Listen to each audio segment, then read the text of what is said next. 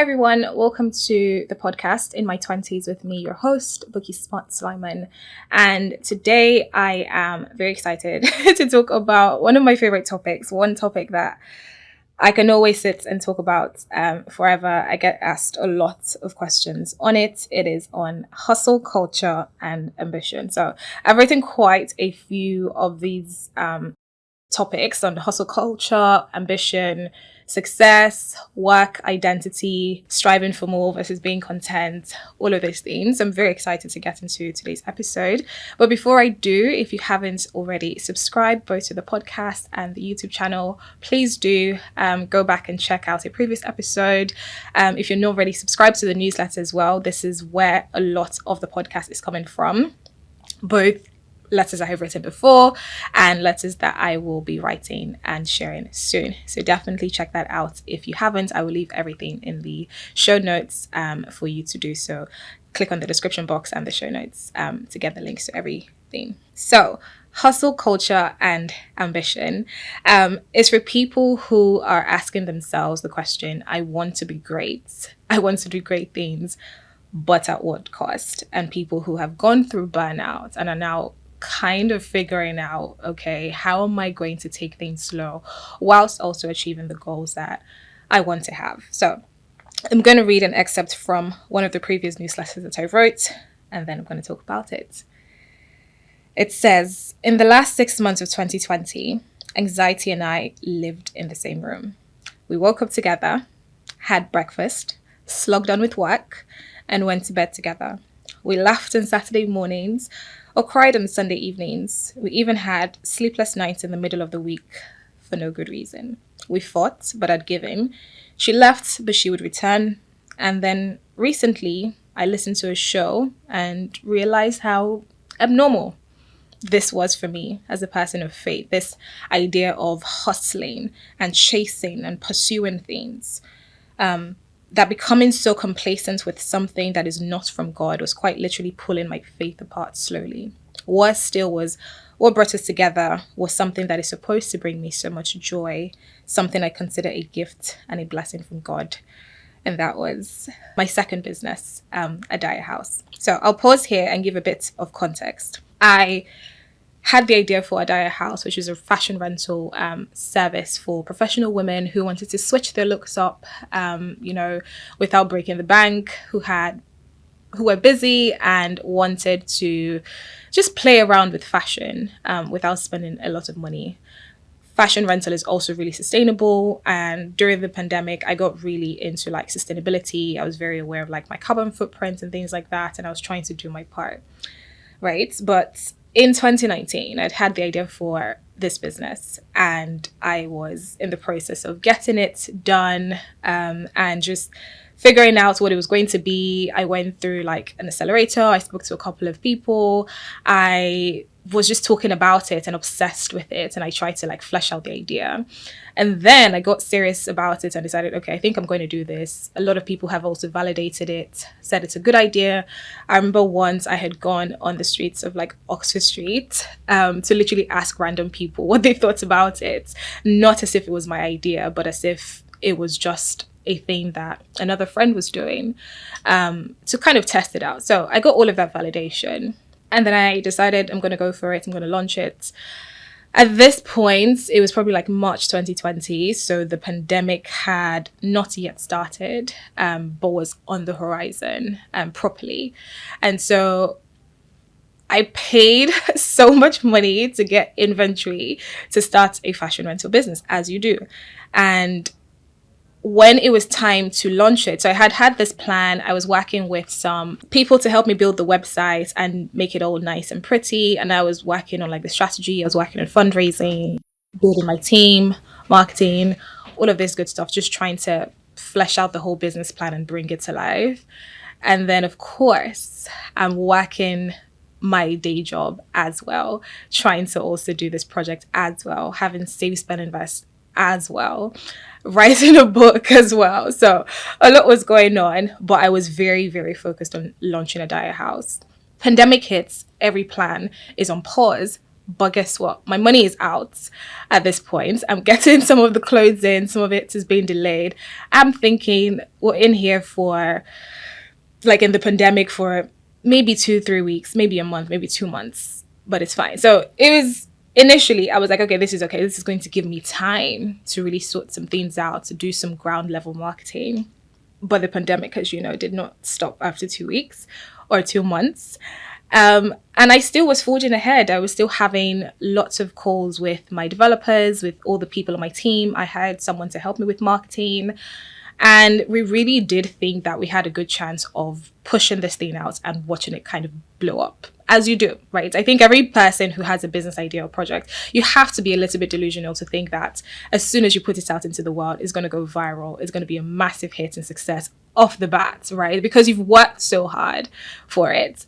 You, of course, expect it to do really well. My initial launch day was in August, shortly after my birthday. It did not happen. I remember that day so vividly. It came and it left. And at this point, I was sleeping maybe 2-3 hours a night because I was obsessed with trying to get it off the ground. I was also conscious of the environment that we were on. And August 2020, I think people were kind of understanding the idea of like the pandemic and what's going on, but people were also keen to kind of return back to their old lives with like seeing their friends, hanging out with family, dressing up, going for events. At least I was, and a couple of my friends were. And so I was putting in my time, all of my time, in trying to get this business off the ground. And then once the day that I was supposed to launch did not happen, I like crashed and burned because what had been happening was for the last maybe 9 months at that point or longer, I had been going full steam. I hadn't taken a break at all. I was just constantly on, right? Every single day I lived, breathed, and died with a dire. And so that launch not happening just knocks me down. But I didn't even have time to recover. I didn't even have time to take a break. I didn't have time to even just be like, you know what, maybe I should actually pause, get some perspective. I was like, no, we need to go again. We need to work towards the next launch date, fix the problems that we had with the website and get it off the ground. And so great. We ended up doing that. Took about another month. What I thought was initially like a day or two problem that needed to be fixed ended up being a month worth of problems that needed to be fixed, which is a story for a different day. But yeah, so long story short, we launched. I have been going at this now for nearly 12 months at this point, with my day job, with other things happening in my life, trying to be a good friend, a good sister, a good daughter, all of these things. And then it got to a point I had actually like crashed and burnt. I was completely burnt out. There was no going back. I woke up one day and this was after the website had launched. It was very much a sense of, I can't do this anymore. I physically could not get up. I was so lethargic. I was tired all the time. And for the life of me, I couldn't figure out why. Because this thing, this business, this passion project was supposed to have brought me joy. And also was supposed to have taken off and like been a huge success off the bat. But we're in a pandemic and it's a startup, and it's a startup that is not commonplace. It's a very unique and niche startup. A lot of people did not know about fashion rental. I think there were 1 or 2 other startups in this space at the time. So it was very nascent. I had tons to do in educating people about it, then working with suppliers, figuring out my operating cost and just running things, you know. So we got those initial orders, but I did not feel the high that I was going to get. And so what I got was burnout, was deep burnout. And burnout for me at that point was physical and emotional, right? So burnout can be physical when you've just been going at something for too long and then you just can't do it anymore. You can't see anything anymore. You can't read another article or blog or, you know, newsletter. You literally have to stop. Your body is telling you, you can't do this anymore. You're physically exhausted. You're a shadow of yourself. And it's just not great, right? If you know how I am optimally, and you would have seen me, you know, in that period in 2020, it was black and white. I was a completely different person because of burnout. So that was on the physical side. Then you think about the emotional side, right? So you're going after a business or a project and you're doing all that you can to get it off the ground, and then your energy is creatively sapped from it. And at that point, I couldn't do anything. I couldn't write. I couldn't be creative. I couldn't come up with ideas because I had used up a lot of my brain power and my energy towards one thing without stopping to think. And it was around that period of burnout, right, that I really started to ask myself, like, what was the point? What is the point of it all? Like, okay, even if the business had launched with a bang and done as much numbers as I wanted it to do, like, what was the point? Because I don't think that burnout would have paused. I think that burnout would have met me right there when it did, regardless of how launch day, launch week or launch month went. And so that's how I started thinking about hustle culture and ambition. So the second part of the newsletter goes, I decided to break up with anxiety. It was costing me too much of my joy and peace. It was ridding me of the blessing that is truly building a business from the ground up with God as my partner in charge. It was replacing my confidence in God with my ability and now my bruised ego. It's okay to have doubts, of course, and go through difficult seasons, but it's not okay to normalize things that push you further away from God. Because why should anything give you anxiety or worry? Like, truly, what is it that you want so bad that God cannot give you in a heartbeat anyway? And so I read this in my devotional the other day and felt I needed to share. This is 2022, right? So I'm reflecting on January 2021 and I go, January was tough for most people. And these words have helped me get through it, and I hope that it helps you too. When we're waiting on something that we think would give us more worth or value and we don't receive it, that takes even more from our worth or value. When you come to a place where your worth isn't tied to what works, what doesn't work, but is about who you are, then you're not anxious for anything. So when you want something so bad, ask yourself what you think is going to prove about who you are that you don't know already. And so the journey is no longer for success. The journey is for self. The journey is for having the privilege to build something from the ground up and watch it come alive. The journey is the gift of growth that continues to give and give and give until the end. And the destination is a whole person, is to be a whole person, lacking in nothing, not in patience, not in clarity, not in peace. This idea of burnout, we've so easily become accustomed to because of the 1% of people who go viral overnight, with their success story saying they pulled all-nighters for days without end, is no longer my idea of success. Respectfully, I'm unsubscribing from that lifestyle. So that was the second half in me realizing what was truly important after hitting burnout, and me really thinking about ambition and like this whole idea of like hustling and hustle culture. And I think that in the pandemic, there were one or two people, or there were, two types of people. One was, you have to use this pandemic time wisely. We're all cooped up in our houses. Life is not normal. We're not doing things the same way, but we have so much time. And there was one notion of people that believed that you needed to be spending that time like doing the most, doing everything you could to be super productive, to start new businesses, to launch new ideas, to do all of these great things, which sounded good, but a lot of it was actually underlying hustle culture. And then, of course, there's the other side of that, which was like, this is not normal. You need to take a break. Like, rest is productive too, and all of that. And I was trying to figure out where I fit in. Like, did I really think that I needed to be grinding as much? Sure, there is this opportunity that we've all been given in the pandemic, which is staying at home and having a lot more time to ourselves. But again, like I said in a previous episode, like, life is time. What do I want to be doing with my time? And so I think that sometimes contentment and gratitude can produce so much more than hustle and the pursuit of ambition will. So what I mean by that is we're too busy going on, we're too busy pursuing ambition, and we're too busy pursuing hustle that we stop to actually be grateful for the things that we have. We stop to actually be content with our lives.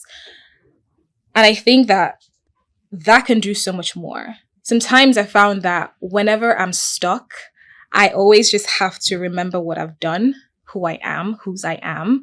And that almost spurs me on to be able to do things rather than just thinking from an idea of, oh my gosh, I haven't done this by now. I need to do this. I need to go, go, go. I need to be on the next thing and the next thing. I need to get my name out there. All of those things, right? So I want you to remember this phrase. Most times, contentment and gratitude can and will produce so much more than hustle and the pursuit of ambition will. I wrote a letter to 20-somethings when I first started the podcast, and I'm going to read a part of it again. So, sometimes you have to accept that really great things take time. Give it time, please. Give yourself time. Life is not equal parts inputs equals outputs. There is a process in between. Life is messy. And for most of us in our 20s, the messy bits is where we're at right now. And also the messy bit in the middle that you're running away from is growth. Growth is a part of your journey. So stop trying to rid yourself of the hardships. Contrary to what we might have heard growing up, life is good not only because good things happen, but especially because even when not so great things happen, you come out on the other side and you can still appreciate the good that has come out of it. The lessons, the friends, the newfound courage, the bravery in yourself, the increased self-awareness and self-esteem. And of course, I'm speaking from experience, right? In starting and launching that business and ultimately closing it down 2 years later. Pride for the person you are becoming. Life is good, not because you have everything you've ever wanted, but because you can appreciate that good things take time and you're not here just for a good time, but also here for a long time. Life is good, not just on the sunny days, but even on the rainy days where you can sleep in a bit longer, curl up with your favorite book, cuddle with your partner, say a prayer of thanks for the showers of blessing that you have. Life is good because despite everything that you've been through, the good, the bad, the ugly, the secrets that no one even knows about, you're still here. You still have a fire in you. And so I say to you in your 20s, compare yourself to others only to look for inspiration and not to degrade yourself. Okay, I've got some questions, some audience questions, and I'm going to take them now. So the first one is, can you be content and also ambitious? Easy answer, of course. I think I'm currently content in the life that I have, but I'm ever ambitious. I'm ever so ambitious. I'm always ambitious, right? Because for me, ambition isn't necessarily the pursuit of more in itself. For me, ambition is trying to be a better person overall. So again, I talk about the concept of life is not just what you fill it with in terms of achievements or what you own, what you have, but life is like in the impact, in the people that you meet, in the people that you touch. Whose life have I been able to impact, right? So I think you can be content with where you're at, but also still want more for yourself, not in terms of the accumulation of things, but just in the terms of being a better person and having more impact in the world. The second question is, what if I don't feel ambitious? I just want a nice, simple life. Now what? I mean, honestly, do we not all want nice, simple lives? I don't think anyone wants their life to be like complicated or heavy or tough. And I think that that's fine, that you can not feel ambitious in a traditional sense, but you can just enjoy your everyday as it comes. You're maybe someone who does not need to do many things. And there's only a few people really who are called to do and be many things. For most of us, we're just called to live our lives as we're living for God and to really have impact in people on an everyday basis. It doesn't have to be you starting a business or a project or launching something or doing something so huge that goes viral.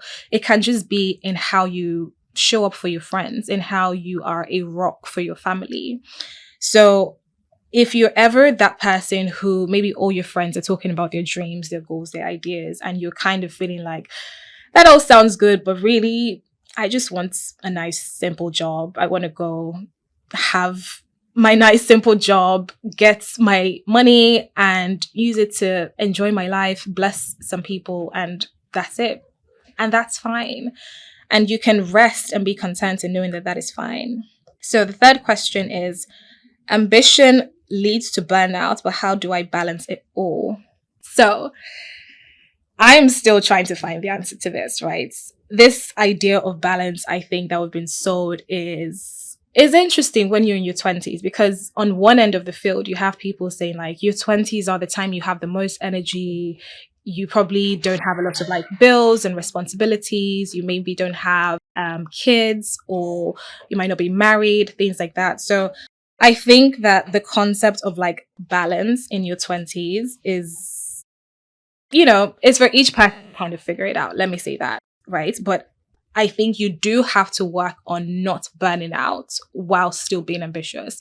So what for me has changed from when I first got burnt out, like with that launch and starting Adaya, versus where I am now with still starting, this podcast and doing all the other things that I do, is I think I'm more conscious of the fact that I want to spend my time truly enjoying the things that make me happy. So whether that is starting a new podcast, whether that is being more intentional with showing up for my friends and spending time with my friends and my family, I think that sort of complements and grounds me even in my ambition. So I can still dream. And of course, I'm still pursuing some really like big, audacious goals, but I'm not driven by fear, which I think a lot of people can be sometimes. And that's sometimes what leads to burnout. So yeah, I think balance is an everyday practice. You kind of figure out what works for you. You take breaks, understand that rest is productive. You hang around your tribe and people that know that, people who can speak life into you, right? And that is what will keep you grounded. The next question, and the final question is, I'm a recovering overachiever and learning how to slow down, but it's hard. I want to be great and make my parents proud, but I'm worried about what it's costing me. So this is really interesting, because when I think about overachievers, I think most of us are overachievers in one sense or the other, because we grew up, our parents kind of told us to do really well in school, and they gave us all the things and all the tools to do that. And you come into your 20s and no one is kind of steering that ship, and you probably still have that same innate go-getter attitude. You want to make your parents proud, you want to be great, you want to hit the top of whatever it is that you are doing in your work, in your career, passion project, whatever, and you're probably low-key a people pleaser. And that's something that I've figured out in myself, in other friends, is that a lot of us are actually trying to please our parents, trying to please other people, trying to prove something. But the question says, at what cost? Right? And that's what I think about when I think about like hustle culture and ambition. Is like, what is the cost of all the things that you're trying to do, all the time you're spending in building something and being so obsessed with it that you maybe push your friends away for a few months, or you don't answer the calls from your parents when they call you, or you don't go out for your friends' birthdays and things like that. So I do think that you have to intentionally slow down, like put things in your diary that would make sure that you have a break, make sure you're planning your vacations, make sure you're also doing things that don't kind of encourage that hustle that we almost all have in us, right? So just keep going, but actually say to yourself, I'm in my 20s, I've still got time. And I think sometimes you have this false notion that like time is running. But really, you're in your 20s. Like, we've just barely started life, and there's still so much by God's grace to go. So I think that you can be, and you can be who you want to be and do all the things you want to do. Do you have to do it all right now in this moment? I don't think so. And so, yeah, I think count the cost, right? Because life is time, and time is all we have.